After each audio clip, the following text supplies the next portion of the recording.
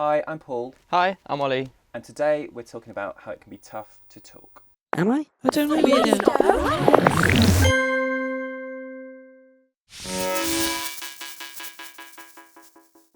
So, Ollie, Paul. as you're growing, hello, nice to see you.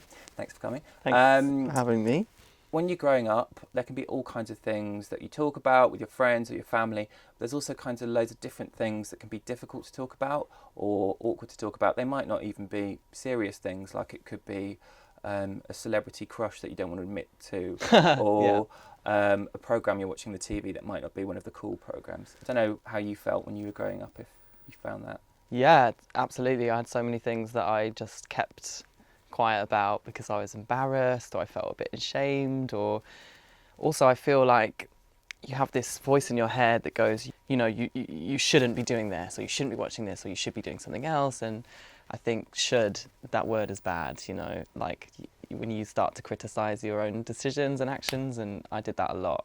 That can actually become more of a serious issue over time.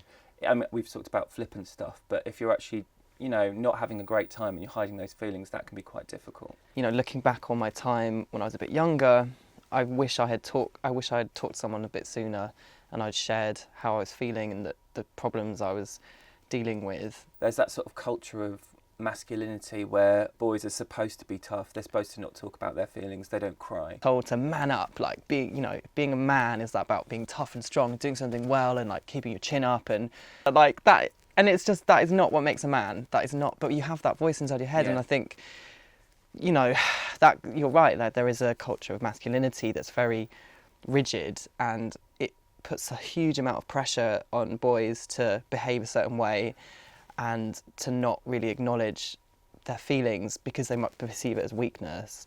And I think it's really damaging. But why do you think in particular it's so difficult for boys to talk about? Well, I think there are lots of different reasons why it's tough to talk. You don't want to worry other people or be a burden. And also you think, you don't know how it's going to help. You feel like you should be dealing with the problem yourself. We don't encourage boys especially to talk about their feelings. If you're an adolescent or whatever, you're going through a tough time, it's hard enough without having to just, if you're just kind of taking it all on your own shoulders and not feeling able to talk to anyone. Yeah. And if you internalise those feelings, I mean, some boys can think, well, if I just keep it all to myself and keep this mask on, it'll just go away. Yeah. Do you think that's something that's healthy, or is going to... No.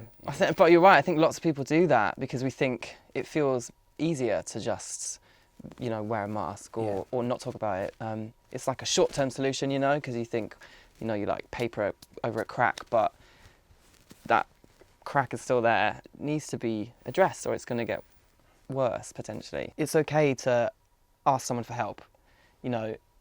That's something that's really hard. That was really hard for me to get past. And sometimes you might not want advice. You might just want to let out your feelings. You might just want to have a bit of a rant, really. Yeah, you just be like, okay, I just need to say these things. Like, let me rant for a minute. And people are normally pretty, responsive to that. They understand because they probably want to do it sometimes too. And then maybe later down the path, getting that constructive advice and support. How do you think we can make it easier for young people, particularly boys, to talk? There are lots of different ways of doing that. If you want to plan or prepare what you want to say, you can write. I find writing stuff down really helpful because it's like a different thought process. And then if you don't feel able to like communicate face to face or to speak about things, write an email and send an email or write a text. Also at Childline, if you don't feel comfortable initially talking on the phone, we've got one-to-one chat online.